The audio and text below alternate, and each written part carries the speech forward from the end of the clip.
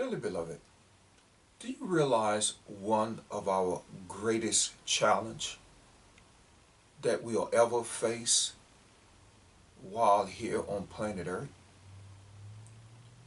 is doing God's will? That's our greatest challenge. Our will versus God's will. The Word of God says in Psalms 40:8, I delight to do thy will.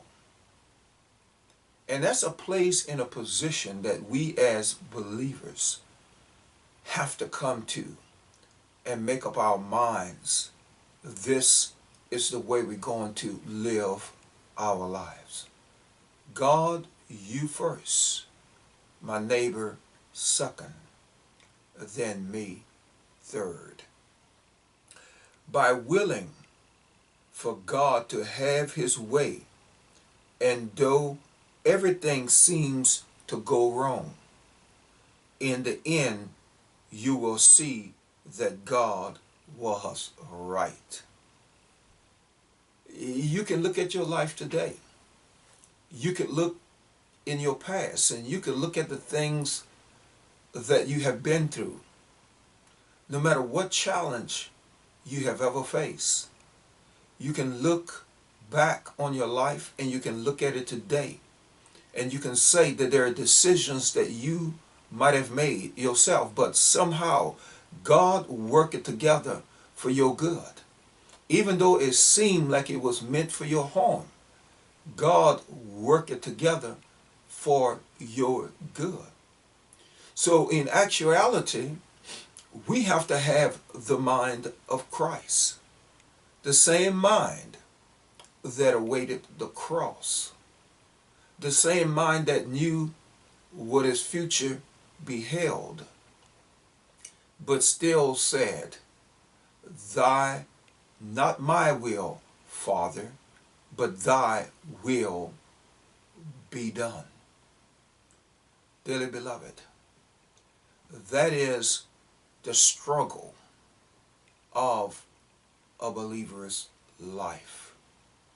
To be able to wait upon the Lord and to acknowledge what his will is, and to be willing to walk right into that will, even though it seems like the fiery furnace the three Hebrew boys walked to. Even they had to make a choice. Even they had to say, O King, we know thou art great. We know thou art able and capable of tossing us into that flaming furnace. That we know. But O King, we desire to do the will of the God of Israel, and that is never to bow to you. They made that choice, beloved. They made a choice that was life-changing, life-inspiring, to be allowed to be cast into the fiery furnace. And that's where the fourth man always appear. Dearly beloved, your life may look today as like there is no hope for you. But God has you around today because he desires to work his will in your life. And the will that he has in your life is always to be able to use you to bring forth much fruit, to be a witness for his glory and his glory alone.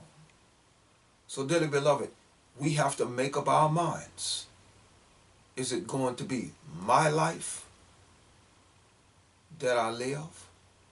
Or is it going to be Christ, who now liveth in me, and is the embodiment of the Godhead itself. Dearly beloved, the choice is ours. We're not forced into God's will. We are simply asked to walk in His will. But it's our choice. It's my choice.